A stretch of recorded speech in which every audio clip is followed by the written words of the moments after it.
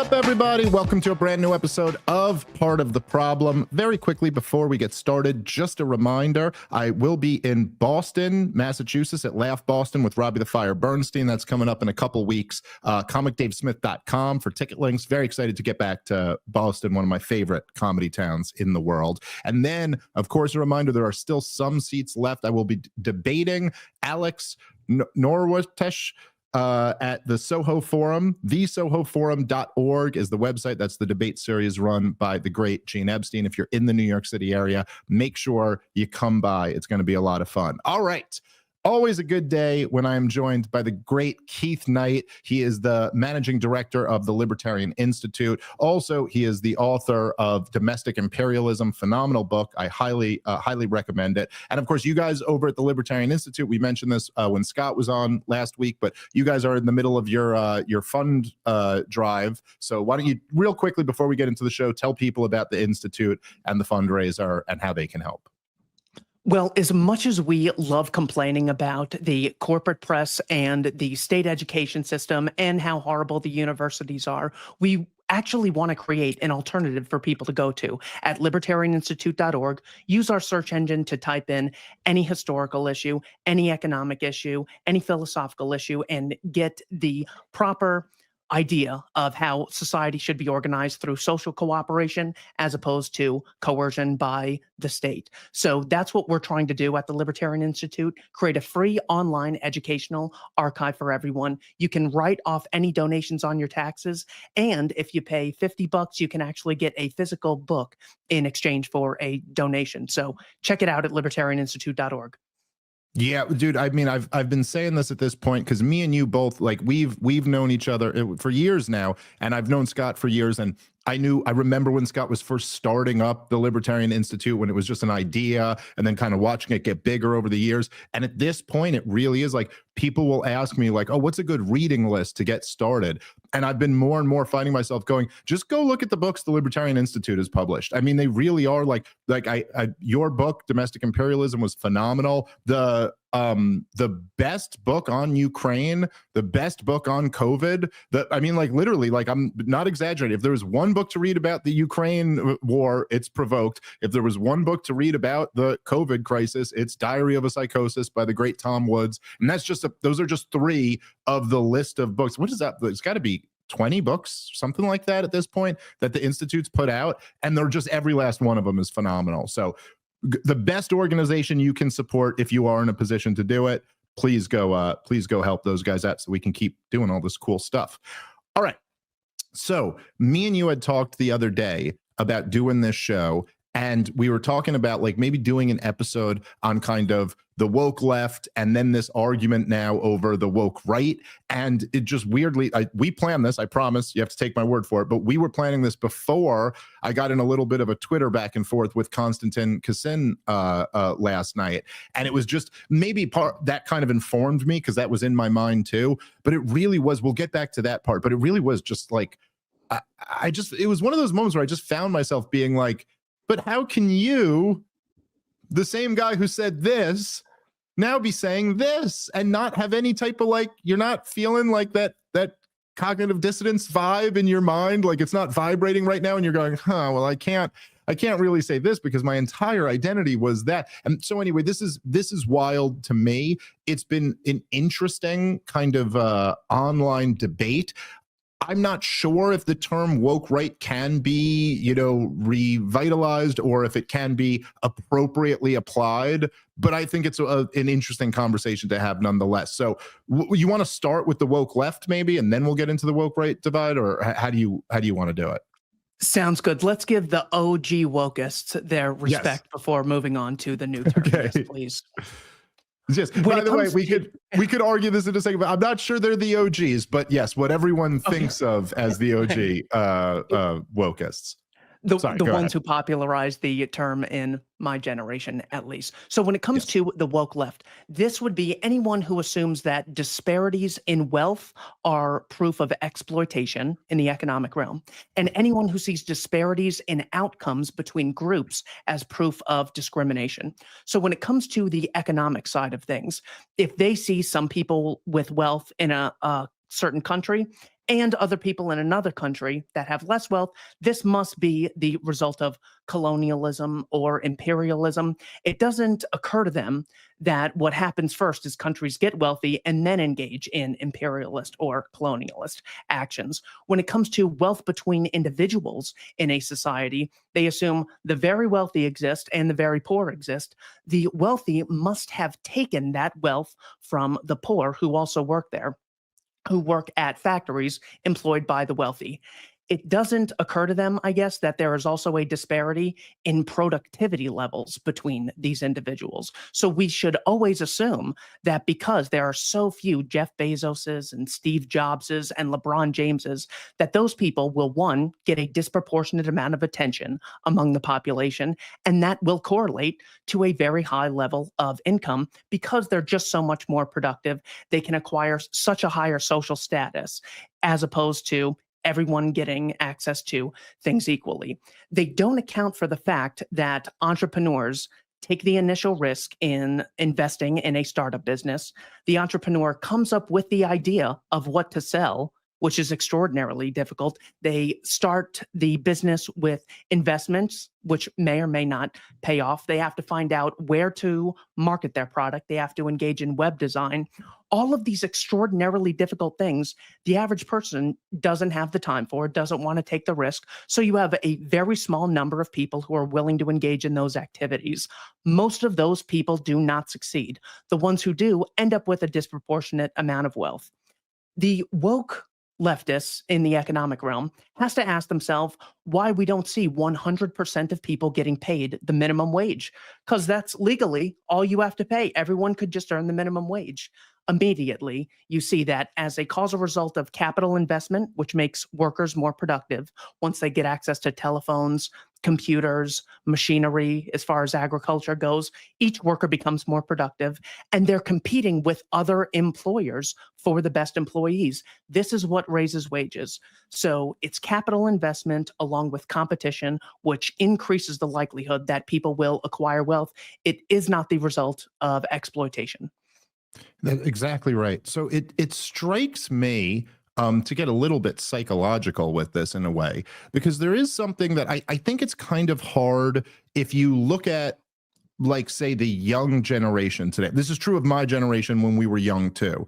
But it's hard not to see, at least compared to previous generations, how strikingly immature young people are. Like, I'm just saying objectively, when you look at it, in my grandfather's day, by the time you turned 18, you had already been considered a man for quite a bit, and you were gonna, go fight in a war. You were certainly, if you had finished high school, or even if you hadn't finished high school, you were gonna move out of your parents' house. You were gonna buy a house. You were gonna start a family. You were gonna do what are considered adult things to do. Today, we see, and I'm guilty of this too. I'm 40, I'm about to be 42. I'm in a hoodie right now. Like, it's just kind of ridiculous. Like, what we all are very young. We're very slow to mature. And it does strike me now, being, a father, that even as you say this, the only thing that comes into my mind is it's such a childish way of looking at the world, and not just like like young for a child. Small children, like a 12-year-old should be above that. But the idea that I have a 3-year-old and a 6-year-old, and if one of them gets a bigger cookie than the other one, they have an instinct in them to be like, not fair. It's not fair that someone gets more than the other. It is and reasonably so. It is the expectation for little children that things will be provided to them in a fair manner. And it does seem to me that this is almost what you see with like woke leftist college students. Like, the idea is that everybody should get an equal amount, but this just doesn't jive with adulthood, because the truth is that, as we all know, in the same way that everyone shouldn't get the same grades at school, it's like, well, someone worked harder, someone was smarter, someone was better at memorizing information, maybe not even smarter, but just better at memorizing information out of a textbook. And so, of course, first of all, when it comes to wealth creation, no one is the grown-up in this equation. No, you're the grown-up. No one is just giving you the wealth. It's not as if it is created by us adults. And so, of course, the expectation that it would fall, like into completely evenly divided categories just makes no sense. And so it's just very interesting to me. Like it does, I think it says something about how immature we are as a society that these ideas would ever even gain traction amongst adults. And even if you give the socialist everything they ask for, there's still massive inequality. That's that which they promise to resolve. You automatically see inequality between all the democratic socialists, AOC, Pocahontas, Bernie Sanders. Those people are very disproportionate in their wealth, power, and influence to all of their constituents. Of course, it's ridiculous to mention, but obviously, Chairman Mao was not equal to the average person in China. Even in ancient Greece, the average person was not equal in power and social status to Aristotle. Fidel Castro, very unequal to anyone else in Cuba. So the equality lie seems to just be something that they play on your emotions to create this sort of tension among the masses to see the state as the ultimate savior. Lou Rockwell famously said that the reason that they push this lie is because it's unachievable. We know in every society there's some elites and there's people with a lot less power. So they push this lie because it forever and always will be a justification to expand the state power. All right, we've done a bunch of things. Well, everyone's still not equal. Guess we need more money and power for the state. So because it's an impossible goal to reach, that goalpost is always going to be moving. It's always going to be a justification for the state to grow. As far as being immature, this is referred to as the Santa Claus principle. So you have the scarcity principle, which the Austrian economists embrace.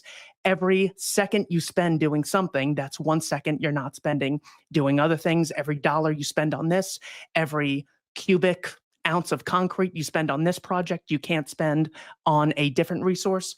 The Santa Claus principle is, well, everyone can have everything. We could just increase the money supply, and that's not going to have an effect on the value of any of other dollars in circulation.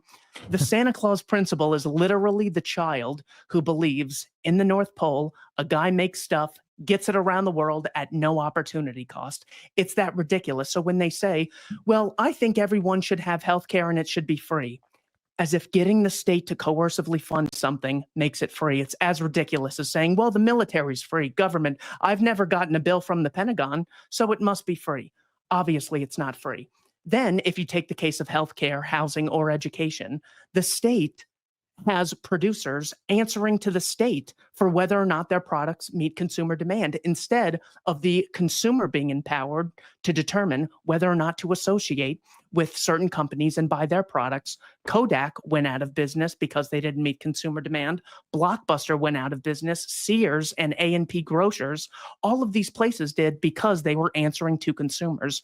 But once they start answering to the state, he who pays the piper calls the tune, then they worry about what the state has as far as what metrics are sufficient for them to produce products and services, and they ignore customers. That's why everything the state creates is absolutely very low in quality and extraordinarily high in price. So the Santa Claus principle that the woke leftists on the economic realm embrace is primarily the cause of much lower quality and much higher prices than we otherwise would have. Yeah, it does. It just seems like a lot of this stuff is not even, it's not even like the true divide ought to be left and right. It's just fiction versus reality. It's just this is what, you know, I remember there was this article, I believe it was in the New York Times magazine. This is like a few years ago. It might have been like 5 or 6 years ago, but there was this woman from like a feminist and she wrote some article. It was like can we really have it all? And the title was something like that. And she was actually being somewhat reasonable in the article. Like she was basically like, look, feminists made this promise of we can have it all. You can be a working mom and have all the benefits of being a full-time mom and blah, blah. And she's like, you know, we have to kind of re-question that. So like the article wasn't even unreasonable. It's just like, how are we even having a conversation amongst adults about whether or not you can have it all? Like what, who gets past the point of like 10 and doesn't realize that like, yeah, no, that's not life. And that as the great Thomas Sowell put it, like, right, all of life is trade-offs. You know, I say this is somebody who's like a big believer in marriage and having kids, but they are trade-offs. You are listen, kids give you a lot of joy and a lot of meaning, and you get to like have, you know, feel like you have the next generation to pass things down to, but you're going to have less disposable income. You're going to have less free time. You're going to have more responsibility. You know, like there's nothing in life where there isn't some degree of a trade-off. And a lot of that is because the number one scarce resource, as you pointed out, is time.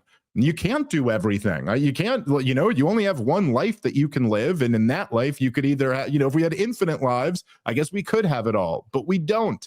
And it does seem there's a striking immaturity about this view. And it does, when you really think about it, I think a lot of times when people see the woke left, they just focus on the kind of crazy social stuff, understandably. But there are these kind of deeper priors that they have, which is why they get everything wrong. This is why their conclusions are so ridiculous. Yeah, the foundations are all completely backwards. If you just look at the feminist issue, in the case of having it all, the sitting president of America actually came out and said, this would have been, I want to say in like 2015 or something, Obama came out and said, the wage gap is not myth, it's math. Apparently, a Harvard graduate believes in the gender wage gap. But as you said, you can't have it all. The reason men make more is, one, they work different jobs and have different skills. The same reason 20-year-olds make a hell of a lot less than 40-year-olds. Not because we need equal age or anti-age discrimination, because they have different jobs. They have different skills. Men are much more likely to die at the workplace. Men are much more likely to move to get work. The most dangerous jobs, the lumberjacks, those are all men. That's why I want to say OSHA says about 91% of workplace deaths are male. This is because men are willing to take more risk, and the vast amount of homeless people are also men. This gets into the woke aspect of disparities between groups or proof of discrimination. They never mention the inconvenient disparities that only one gender has had to register for selective service, slavery, the draft in American history. They don't mention the fact that it's totally legal to genitally mutilate a baby boy, whereas to do so for a girl is justly illegal and a crime that you would be in jail for. They assume that if there's more men represented at a place of work, that's discrimination against women. Even though something like 89% of elementary teachers are female, the vast majority of nurses are female, the vast majority of babysitters are female, not because men are being discriminated against, because women work better with people and men tend to work better with things. Men are higher risk takers. The reason 95.5% of people killed by the police are men is not because of a huge sexist issue against men when it comes to the police. Men are much more violent. Younger people are more likely to get killed by the police than older people, because younger men have higher levels of testosterone and are much more apt to commit violence. So we see these disparities everywhere. You would also think in the dating market that if men just had all the power, that women would be constantly going up to guys asking, can I please have sex with you? And if I have sex with you a few times, maybe I could convince you to take me out to dinner. It's the opposite. It's the guy begging for the woman's attention, saying, I'll take you out a bunch of times and maybe in exchange we could get intimate together. Just every aspect of life. This is not even close to resembling reality, where the men have all the power and the women just have no institutional power at all. Yeah, no, 100%. And of course, it does seem that in the moment we're living in now, it does seem like a lot of this stuff is being rejected. And I don't know, you know, I'm very pleased with that development. It's really hard to overstate how much just a few years ago it seemed like this was just the dominant trend, and we were never going to get away from this. You know, I remember thinking I was very wrong. This is one of the predictions I was very mistaken about. But I remember thinking when COVID first hit, I was like, this is going to be the end of wokeism, because now we got like real shit that we got to deal with. Like, people aren't going to, you know what I mean? Like all this like Me Too stuff that dominated the previous 2 years. I go, we're in the middle of lockdowns now. People are scared of the virus. The government's going totally totalitarian. All of this. I was wrong. The wokeism continued somehow past that. It does seem like now there's just, and I don't know exactly. I mean, I think part of this is like exhaustion on the woke left itself. It is hard to maintain. We're living in the early 30s rise of the Nazis forever when there's just nothing to back that up around you.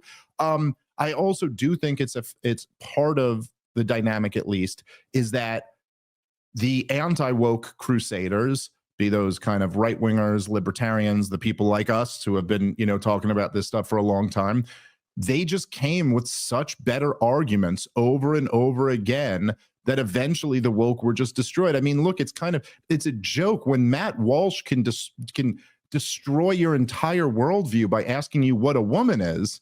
How long can you keep going? And in some sense, there is something encouraging about that, where I'm not saying it's the entire reason that we're where we are, but there is something, I think, to the fact that logic still has some power, the truth still has some power, and this group of people who were just armed with zero arguments just could not survive.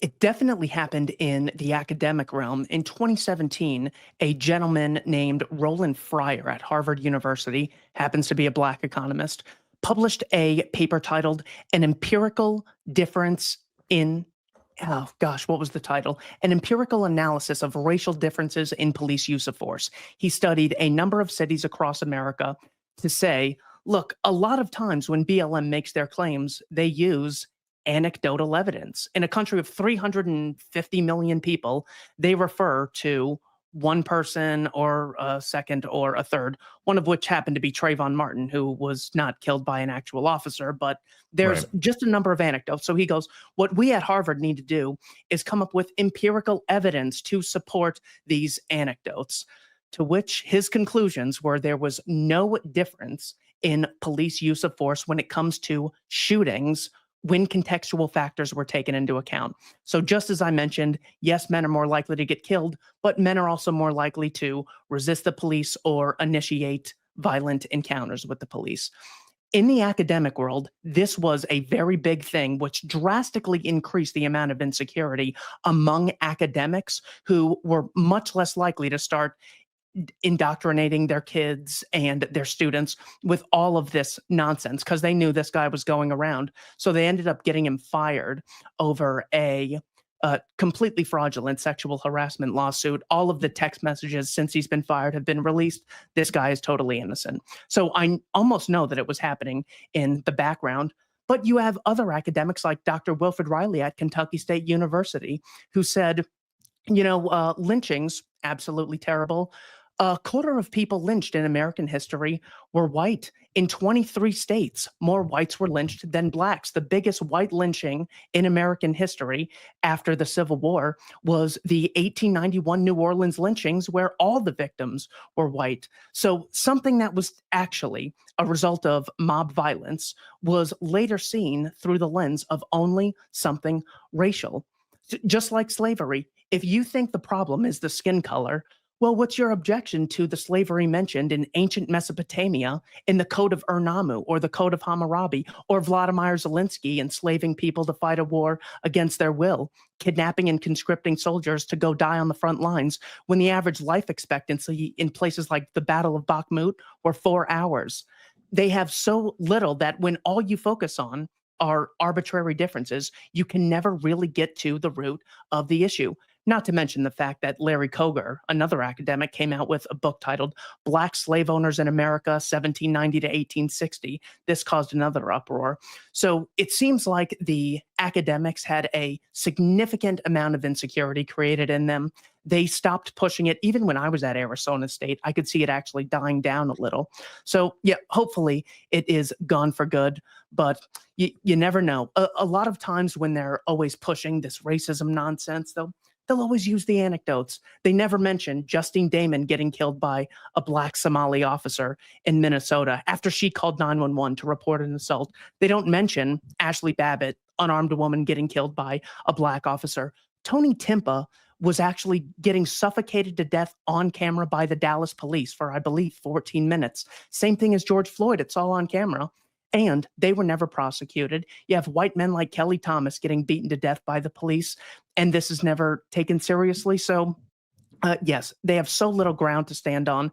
I think it might be dying down, but they have poured so much gasoline in the minds of so many people throughout, the last 20 years that I think like the right political arsonist could still come around and inflame the passions like Jasmine Crockett's always trying to do.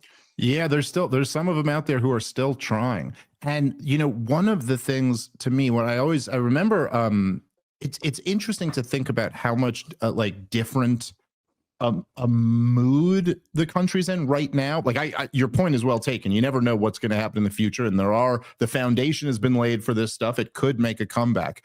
But I just remember, like, even in our kind of like libertarian world, first of all, if you take, like, say, Chase Oliver or someone like that, who, or Kamala Harris is the same way, but you just know, like, if they were running in 2017, their message would have been so much woker than it was in 2024. It was almost like they were walking away from that stuff. Like, they didn't exactly want to throw it under the bus because they don't want to piss off their own base either, but they're not like running on this stuff as aggressively as they would have. I remember getting a lot of flack from libertarians in the summer of 2020 because I was so outspoken against the riots, which again, it was like stunning to me. It was like, well, we're libertarians because we believe in private property rights and voluntary peaceful interactions, and I see a mob destroying private property.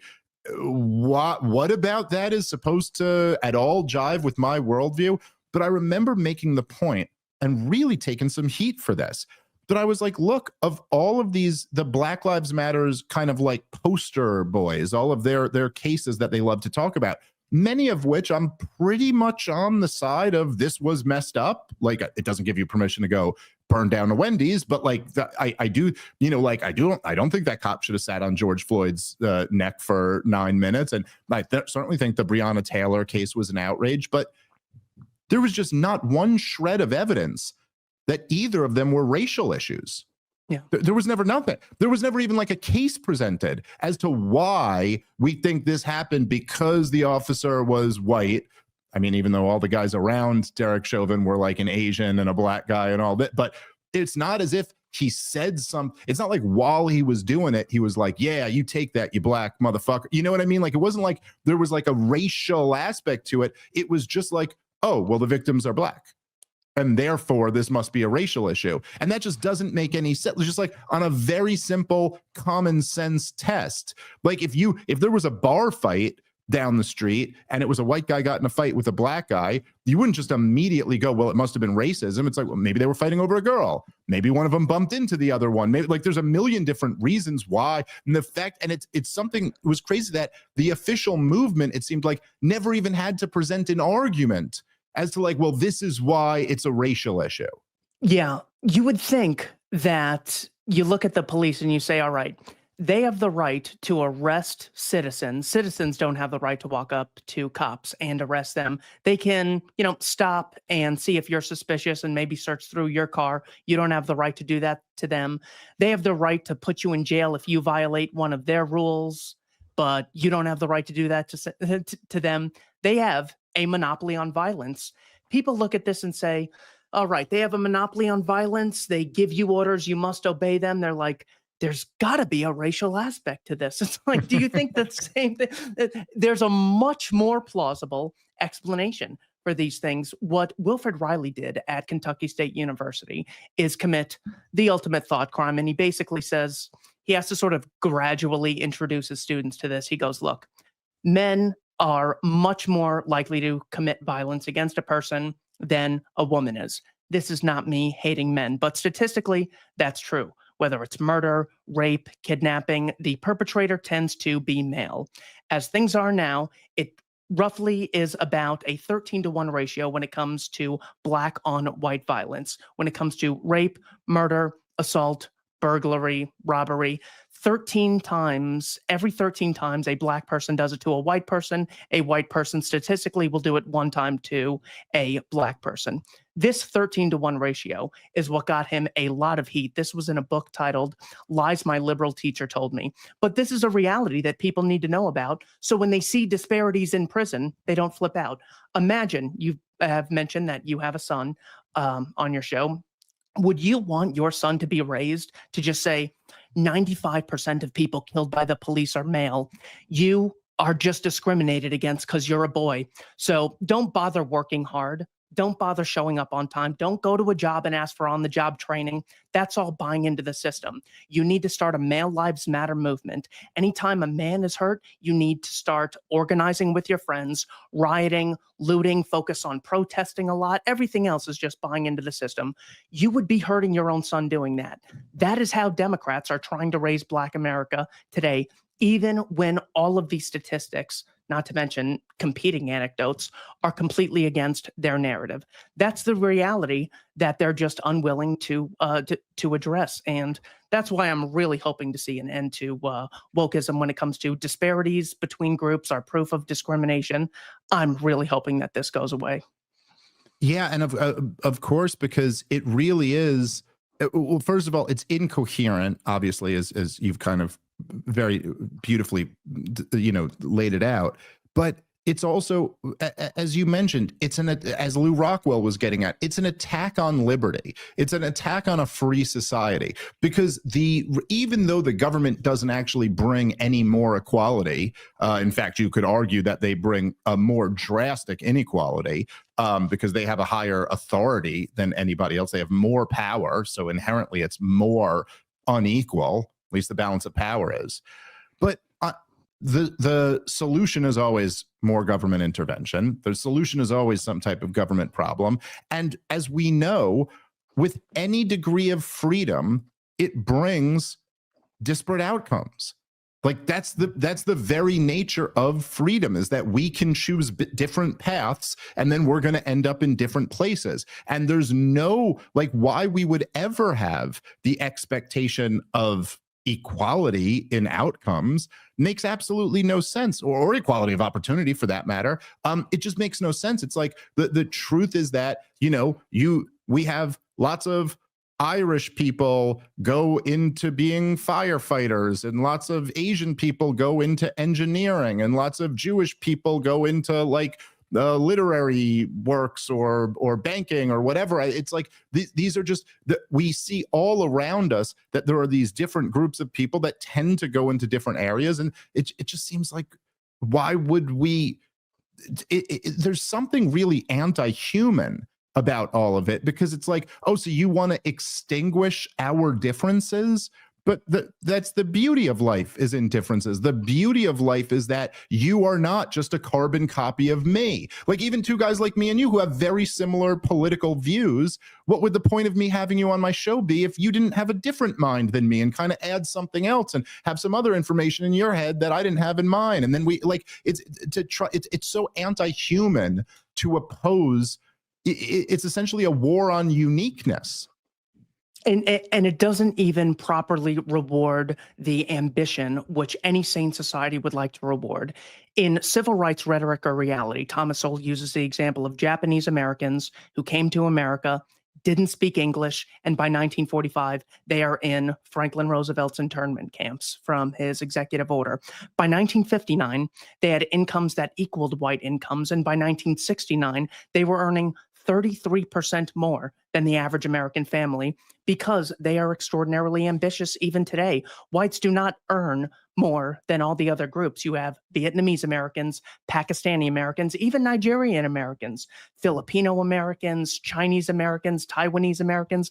I believe, according to the 2018 US Census, where I last looked at these numbers, whites are like 11th or 12th on the list of ethnicities when it comes to income. So you're not even rewarding the very minorities who've engaged in very ambitious activities in the first place. So it's so detrimental. It's not just like this homicidal of, I hate these people, I want to push them down. It's even like suicidal. I don't even want to be part of a society that rewards good behavior. Those people can go somewhere else. We don't have meritocracy here. You're even hurting yourself in the long run. So that is what I see as the ultimate case against the woke racist left and the woke economic left. Yeah, I couldn't agree more. All right, so let's move over now to this term, the woke right. Now, I will say, I've mentioned this on the show before. I do think I was an early adopter of this term. I started using this like, I had made the point, I think substantially before October 7th. I think the first, I remember saying this with friends, but I think I definitely remember at least there was one Ron DeSantis press conference that we covered on the show. There's got to be at least a couple years ago, where he was just going off about anti-Semitism and protecting Jewish students and Jewish kids from dealing with anti-Semitism. And I was like, man, this was my first kind of like thing where I was like, isn't it interesting when the topic of Israel or Jews comes up, that these crusaders against wokeism almost immediately borrow not just like their talking points, their entire set of analytical tools, if you can even call it that. But it's like the way we are going to talk about this is, this constant concept creep between legitimate criticism, bigotry, and violence. They all kind of get mixed together in one bag. Then we are going to, pretend that a group of people who are not marginalized or victimized in society are under this constant threat. We're going to invoke injustices in history to explain why we're going to have speech laws. We're going to have our own set of political correctness. I was like, everything about this just seems to be like the exact same thing. And then after October 7th, it was just like obvious to me. This is their entire argument. It's all wokeism. And then a different group of people, I guess notably Konstantin Kasin, who I was just arguing with on Twitter, James Lindsay, who, full disclosure, I don't get along with very well. And some of these guys, they started using the term woke right to attack Tucker Carlson and Candace Owens and Daryl Cooper and myself and some others. So what do we, at this point, I almost feel like the waters have been muddied a little bit, but what are your thoughts on the woke right? Who fits into that category, and how would you assess it? So I want to start with James Lindsay's definition on trigonometry, which he gave to Konstantin Kisin, which Kisin appeared to agree with. Here's what Lindsay says. There's the philosophical, deeper aspect. Why woke? What does it mean? Woke up to a structural politics that marginalizes people like me, and we need to band together in solidarity. No enemies to the right in order to be able to create a powerful enough oppressed coalition to flip over the power structure by putting ourselves at the center and claiming power for ourselves. This is explicitly woke, having a critical consciousness about the way the world is organized. The reason that this is such a horrible definition, even though I do like James Lindsay to a very high degree, he's been on my show twice and him and I got along, but after reading this actually applies to quite literally every single political movement that I have come across, even researching books like The Origins of War, where there were people in these primitive societies who felt like they were getting a raw deal. They resisted. There's chapters of the Bible where it's like these people thought that they were getting mistreated by this pharaoh, and they did, thus and so. They were trying to increase the amount of power they had in opposition to people over them. So I just don't see that this is a definition. It's like, well, people on the woke right believe that the sun is really hot. Okay, yes, they do, but that applies to everyone else, so it's not a unique definition. What I'm looking for when it comes to the woke right is the woke concept of ignoring very plausible explanations and primarily focusing on the potential motives of the person presenting the evidence. So when I say the Jewish Chronicle released a document published by the Hamas media office called Operation Al-Aqsa Flood, Our Narrative. And it basically says, we are opposing the Israeli government, the Zionist crime organization, I believe they call it, because of the blockade they've had on us since 2004, the crimes going back to the Ergon, Stern, and Haganah, which have killed not only Palestinians, but if you look at the SS Patria, even the original Zionist organizations were targeting Jews trying to flee Palestine because they wanted to say, the world is unsafe except for Israel. For us Jews, the world is unsafe except for Israel, so everyone has to come here. This was a guy named Zev Jabotinsky's plan in a paper called The Iron wall written, I want to say, in the 1920s. He wanted to say the one thing we want is the one thing the Arabs don't want: Jewish immigration. That's what we got to focus on. So these groups were trying to do that. So this document from Hamas mentions that. They also mention the number of mowing of the lawn operations. They mention things like Operation Cast Lead, Operation Pillar of Defense, where a number of Palestinians have been killed. They say, well, we're not subject to fair trials. If you look at the entire list, it's nothing about they don't obey the Quran, we hate the Talmud, we hate Hollywood, which is run by it's none of that. It's all criticisms of what the Zionist government has done to them. And all of these explanations are things we would obviously see as illegitimate if done to us, or even if they were done to another country. Israel gets a 20-year blockade on Gaza, but we say that even if China potentially threatens a blockade on Taiwan, we might have to go to nuclear war. So there are very plausible explanations for things, but the woke right, the Konstantin Kissins, the Douglas Murrays, the Ben Shapiros, completely ignore that and say, well, you must be an anti-Semite. We're saying, this issue in Ukraine, this war, according to the former U.S. ambassador to Russia, William Burns, is more or less taking place as a cause or result of NATO expansion. Just as we wouldn't allow Soviet missiles in Cuba, they're not going to allow NATO on their border. Wow, I can't believe you like Putin. Wow, you're against democracy. This is just the typical emotional response. Even some time ago, if you said, this mass murder campaign in Vietnam is unjustified and we shouldn't be conscripting soldiers to fight into it, well, you must be a servant of the communists. It's like, not necessarily at all. In fact, this could empower the communists because it makes the capitalist West look totally evil. Or if you say, bin Laden said in a Harvard publication titled Al-Qaeda in its own words, bin Laden said that 9/11 happened as a result of sanctions on Iraq in the 90s, support for Israel, especially in Lebanon and against the Palestinians, and occupation of the land of the two sanctuaries in Mecca and Medina.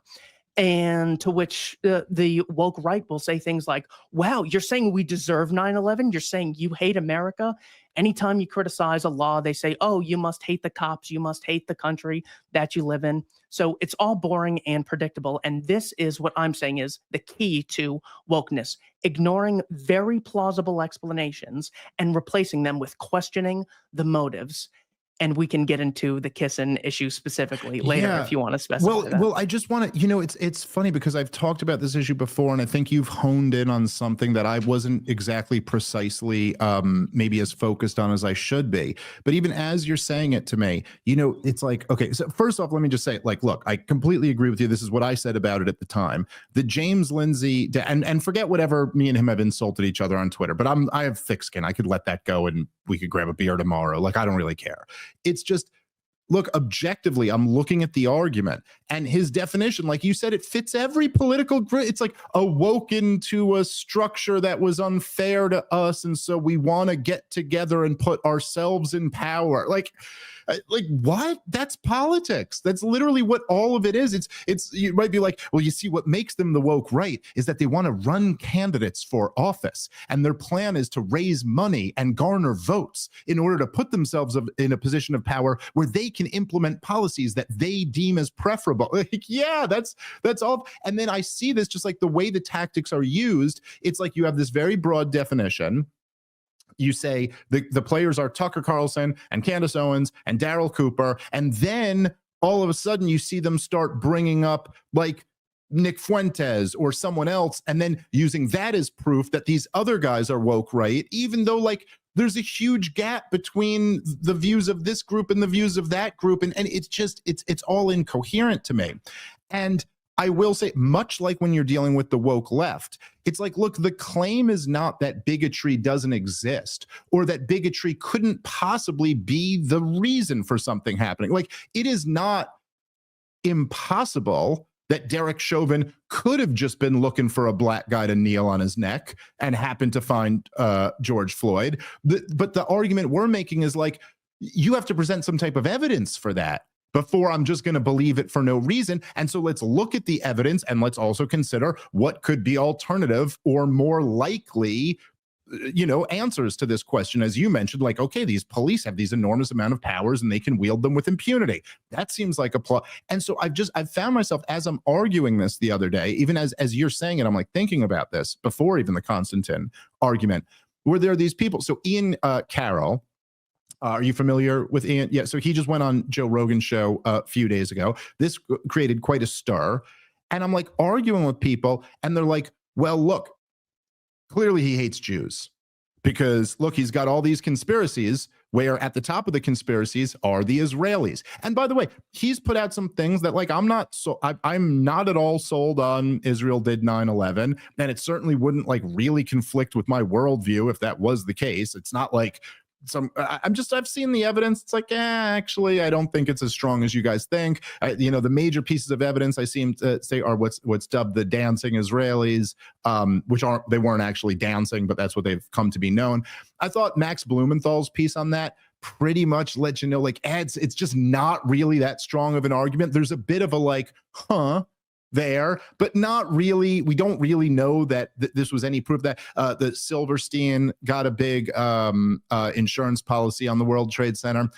The issue, Netanyahu said something about the World Trade Center coming down. The problem is, I think it might be an age thing sometimes. Sometimes like I think a 27-year-old looks at that and goes, no one could have possibly known that the World Trade Center would have been a terrorist target before 9/11. The problem is that the same guys had tried to knock down the Trade Center in 93. It was the most high-profile target for terrorism in the world. It wasn't that crazy of a thought to mention the Twin Towers coming down when it had already been attempted. And I'm just saying, I look at it and I objectively go, I don't actually think you have as strong a case. Certainly not a strong enough case that I would be comfortable like I am with other being like, this is what happened here. Okay. Like we can say this definitively. I just don't feel that way about it. Okay. But that being said, so I could disagree with this take and someone else could have a theory that they think Israel was behind 9/11. I could disagree with them.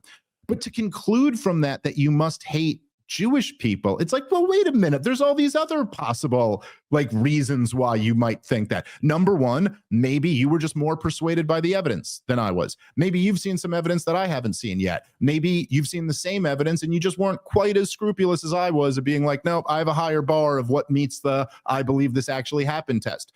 Maybe the reason why so many people are interested in conspiracy theories these days is because there's been so many real ones and the government lies to you about everything. We just lived through the country being shut down over a bullshit conspiracy. So maybe people are more open to them. And maybe the reason why people are suspicious of Israel is because, well, I don't know, we're currently, funding and arming a war for them that is not at all in our national interest. We've fought, like all of these wars in this region of the world, clearly taking out one enemy of Israel after the other, and people start to get, it's just, there are so many other explanations that are so much more likely. And then when you couple that with the fact that this Ian Carroll guy goes on Rogan and like 12 times disclaims, I'm not saying it's the Jews. I got nothing against Jews. Jews are regular people just like me and you, man, and I'm cool with you. I got no problem. I'm saying it's this small group of people. I think like when you couple it all together, it's the same, it's literally the same thing as going like, well, why do you think Asian Americans are more successful than Puerto Ricans? It must be racism. It's like, well, no, there's like all these other like possible. And by the way, I'm not saying it's impossible that someone could say they're not bigoted against Jews, but they really are. I'm just saying, why are we jumping to that conclusion and pretending that you have a certainty that this person is a bigot? It just happened the other day when Kissen had said, oh, yeah, well, Daryl Cooper, he's had the opportunity to debate Andrew Roberts, someone I've been begging to debate, by the way. And, he didn't take that. And Cooper has used David Irving as his source. Now, this is the ultimate attempt to poison the well. This is a perfect SJW woke tactic where they say, person A, well, he's loosely correlated to person B, and person B can be dismissed. So therefore, I've dismissed the argument of person A. That is a totally woke tactic. It's as though it's like, you know what another citation could be for someone you looked into and said, well, this doesn't all add up. You could read Neville Chamberlain's declaration of war on September 3rd of 1939. He says, we told the Germans to get out of Danzig, Poland. By this hour, they have not. Therefore, on behalf of Polish independence, we are going to wage a war on Germany. But then the Soviets invaded Poland 2 weeks later on September 17th, 1939, and they didn't declare war. Maybe that could raise some eyebrows. Maybe the fact that the war ended with 7 million dead Poles and Poland under Bolshevik occupation, maybe that could be a reason why someone questions the validity of the Second World War, Mr. Kissen, not just because, well, there might be a connection to David Irving, who has said good things about National Socialism. That's much more plausible. How about you could use Winston Churchill as your source for being skeptical of the Second World War? Churchill wrote a book titled The World Crisis, 1911 to 1918. So let's take it out of the Second World War and just look at Churchill when he's operating in a war that today almost had very few defenders. Barbara Tuchman will defend the First World War, but everyone more or less looks at it and says, well, this was a mass death, which really could, I mean, as bad as Kaiser Wilhelm was, he was better than what followed. So maybe we should have just tolerated that. In Churchill's book, The World Crisis, he said that the policy that he enacted as First Lord of the Admiralty was a deliberate starvation of the population of Germany to push people into submission. He uses the word submission. Men, women, and children, wounded and sound, into submission, the whole population of Germany. I don't remember the exact quote, but I know it's on page 672 of that book. He says this is a policy among the civilian population of Germany. A very pro-Churchill historian, Martin Gilbert, said that there were roughly 700,000 deaths as a cause result of this blockade. Meanwhile, Kaiser Wilhelm went to the Netherlands to retire and live the rest of his life. So it could be that we feel bad for the poor German civilian population. That could be an explanation. And then in the Second World War, Churchill writes another book titled The Gathering Storm, where he says, the human tragedy reaches its climax that after all the exertions and sacrifices of the righteous cause, we have found neither peace nor security, and we lie in the grip of even worse perils than those we have surmounted. Meaning, we fought the war against National Socialism, and now the Bolsheviks control East Germany to Vladivostok and have a loose alliance with Mao in China. And they have bases, very close to North Korea, later expanding into Vietnam. So you could use Chamberlain and Churchill as your sources, not David Irving. There are people in Churchill's cabinet, Charles Percy Snow, who was a science advisor, who gave a series of lectures at Harvard titled Science and Government, where he said, this was in 1961, he said, the paper on bombing by Frederick Lindemann, who was known as Viscount Cherwell, went out to Churchill's cabinet, and we found that we could use bombs to make half of the German population homeless, especially in cities with more than 50,000 inhabitants. So you could use him as a source. J.M. Spate said, we were the ones who authorized the initial bombing of civilians in German cities, and we knew that this would bring the war into Britain, but it was necessary because his book is titled Bombing Vindicated. So he's saying that the sooner you start bombing, the sooner you can get them to wave the white flag and surrender. So you have people, this was the Air Principal Secretary of the ministry saying, yes, we started the bombing. We should be proud of it. You have Frederick Lindemann himself giving a memorandum to Winston Churchill in May of 1940. This was published in a book by Max Hastings titled Bomber Command, where he explicitly says, we're aiming at the civilian population. That's a very plausible explanation. Another source you could use is Charles de Gaulle, who was, calling the shots for the French government in exile. In his memoirs, Charles de Gaulle says, I asked Winston Churchill why he was so interested in having the Germans bomb Britain. And Churchill told me that once the Americans see the bombing of Oxford and Coventry, the Americans will have to come into the war. These are totally legitimate sources that you could be using as opposed to David Irving. And then there's another one, Martin Gilbert, who was the Churchill historian before Andrew Roberts became the Churchill historian. And he said, Churchill told Londonderry in 1935, we're going to have to go to war with Germany because they're the biggest power in Europe, just as we would take on the Spanish if they got too powerful powerful, just as we've taken on the French Empire or the French monarchy, just as we would take on any other nation. It looks like Germany is the one we're going to have to oppose now. But previously, Churchill said in an article titled Zionism versus Bolshevism in the early 1920s that the Bolsheviks were going to be the ones they might have to go after because he saw them as the competitor, potentially the encroaching competitor on the continent at the time. All of these reasonable explanations, and all Kisin has to respond is, you probably think the Holocaust didn't happen. It is so pathetic. And then one last one. One last one on the Second World War. Henry Stimson wrote a diary. This was the Secretary of War. And in 1946, there was the Pearl Harbor investigation. If you look at Stimson's diary entry on November 25th of 1941, 2 weeks before Pearl Harbor, he said, "We met with the president on Monday. We had discussions that the Japanese were planning to attack us as soon as next Monday. The question was how we could convince them to commit the first overt act of war against us in order to justify intervention." I mean, we're quoting people who are in positions to know these things. That is totally legitimate and has nothing to do with us denying the Holocaust, hating Jews, or loving David Irving. Yeah, well, this is, I mean, it's part of the reason why I found Pat Buchanan's book so compelling, Churchill, Hitler, and the Unnecessary War. What's interesting about it is when there is the response of like, oh, so what are you saying? The Holocaust didn't happen? And I'm sure there are people out there who are saying that. I think they're wrong. But the whole point that Pat Buchanan's making is like, no, I'm saying it did happen. I'm saying it happened in the middle of this war. And it's just hard, I think, just like on almost the most common sense litmus test to go, okay, so the results of the war were, first of all, as you mentioned, British entry into the war. The official justification was to protect the independence of Poland. Okay. The results of the war were the biggest bloodbath in human history, the Holocaust, and Joseph Stalin taking over half of Europe.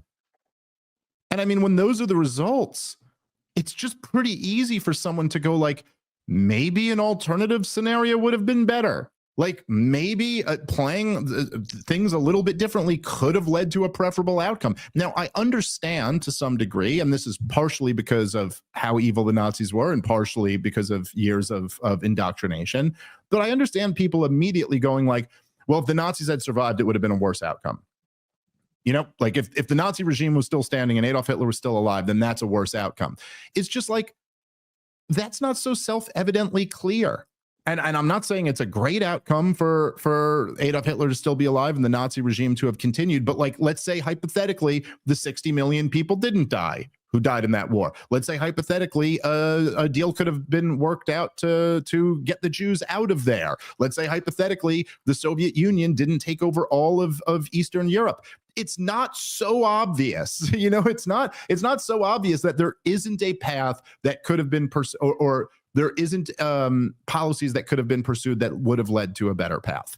Now, by the way, so with the Constantine thing, because I want to just do this before we wrap up, like the thing I was arguing with him about was Daryl Cooper also. You know, it started with that, what's his name? Niall, the guy Scott Horton debated.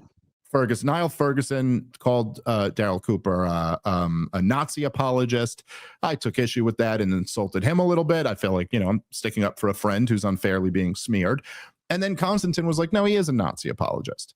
And so me and him started arguing, and I was like, yeah, but dude, like, come on. I mean, he's just not. Like, I don't know. Look at the guy's work. He's not a Nazi apologist.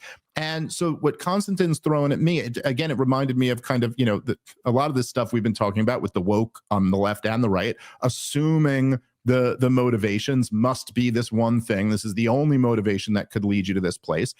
And it was really amazing to me, especially because I think Constantine is still, well, Trigonometry is a pretty big podcast, but at least at a point, what he was most known for was this speech that he gave eviscerating wokeism, left wokeism, and it was beautiful. I mean, it was like one of the most eloquent and devastating speeches against wokeism you'll ever see. You could, if you Google Constantine Oxford woke, you'll find it real quick. It's got millions and millions of views. Great speech. And I'm like, hey, so how are you that guy? And then we're still having, and his argument to me is he's like, well, look, Daryl Cooper posted a picture with a mug you know, like with Nazi imagery on it, and he posted the thing about a Nazi, you know, Hitler marching on Paris being preferable to like fat trans men in dresses or whatever, and that, you know, he's got, and then and then he brings up the fact that he goes also he said Churchill was the true villain of the war, and I was like arguing with him, and I'm like, okay, well, first of all, on your first point, what he said was, okay, so I say this to kind of rib my friends, and I'm saying this I'm being hyperbolic, but I like to say to him that Churchill was the real villain of World War II. And he goes, now, I'm not saying he committed the most atrocities or he had the most blood on his hand necessarily, but here's why I think he's really the real villain. And it's like, okay, well then, look, if we're being fair here and we're not being woke zealots about this, instead of just like, ooh, I got red meat, like here's my conclusion, let me work backward from that, I was like, why can't you guys ever include that in your retelling of the story? And then he responded to me, and you could go look this up, this is on Twitter. He goes, dude, you're telling me that he said that on Tucker Carlson in order to rib a friend and that he was being hyperbolic? Well, he still said it. And I'm like, no.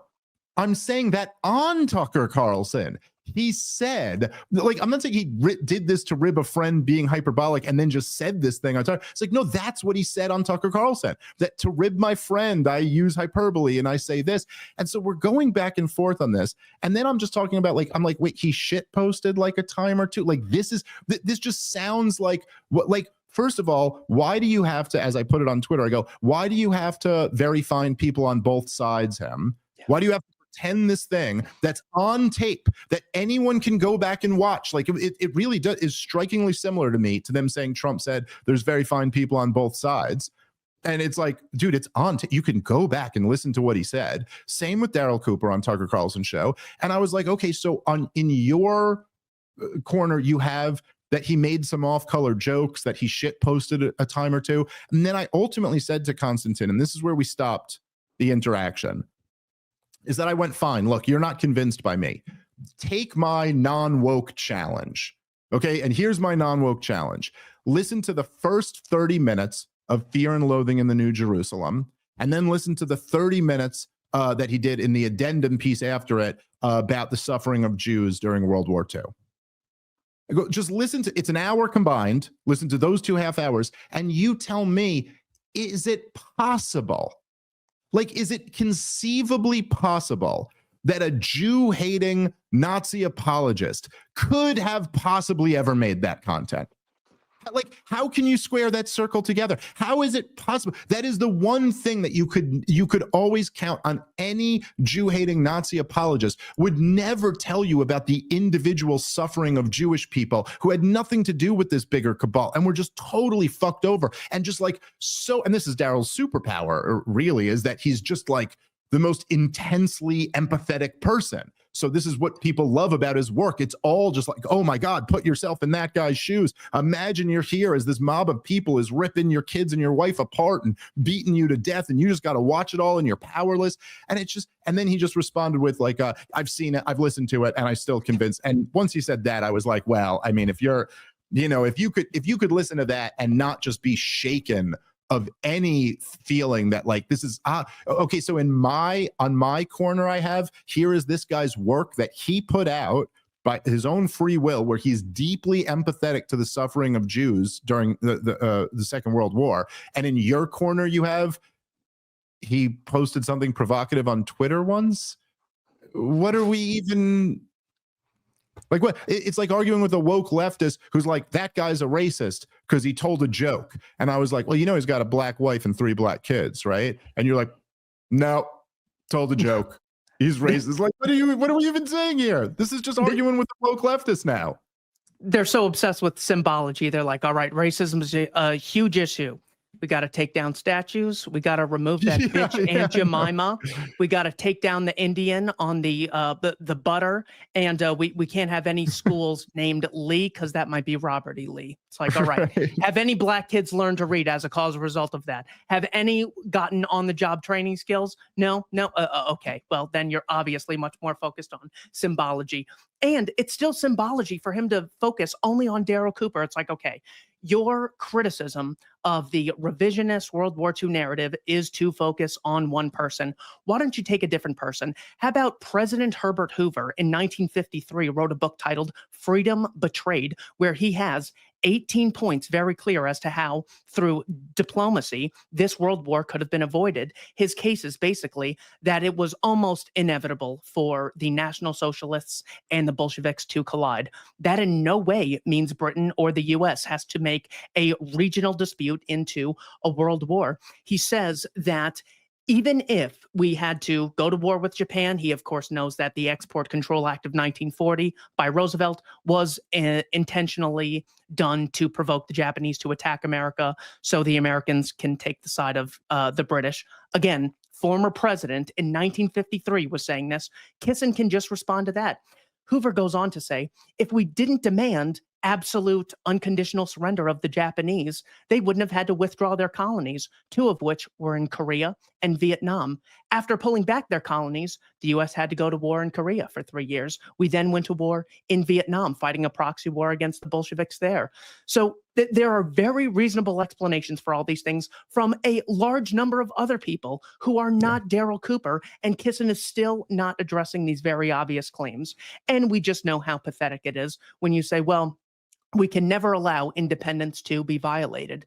So that means all citizens of all the 50 states need to wage a war for independence against the Washington, D.C. regime, which claims the right to rule them. This small group of people claims the right to impose taxes, claims the right to regulate their lives in a large number of aspects. That's a violation of independence. Surely we're going to have to go to war over that. Or you could say the people of the Donbass region felt that their independence was being violated by the 2014 coup in Kiev, led by Arseniy Yatsenyuk in his anti-terrorism operation. So even the independence thing, they clearly see the costs of war are extraordinarily high and the outcomes are extraordinarily uncertain whenever you take it out of whatever individual frame they want to put things in, because they're primarily focusing on the potential motives of the person presenting the evidence as opposed to very plausible evidence.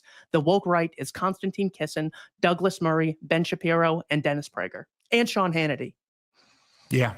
100%. Couldn't agree more. Keith, it is really just always a pleasure. Always a pleasure talking to you. Let our listeners and viewers know where they can find your stuff if they want to hear more from you. If you want an introduction to my work, you can check out a speech I gave titled 3 Social Justice Lies, Racism, Sexism, and Homophobia. That can be found at the Libertarian Institute. If you're more interested in foreign policy, check out a book recently published by our institute titled Provoked: How Washington Started the New Cold War with Russia and the Catastrophe in Ukraine. Long book and long title. It reads so quick because it's so subdivided in its sections. If you're interested in economics, we have a new book at the Libertarian Institute titled The National Debt and You. This is by Joe Salas Mullins. You can check out libertarianinstitute.org/donate.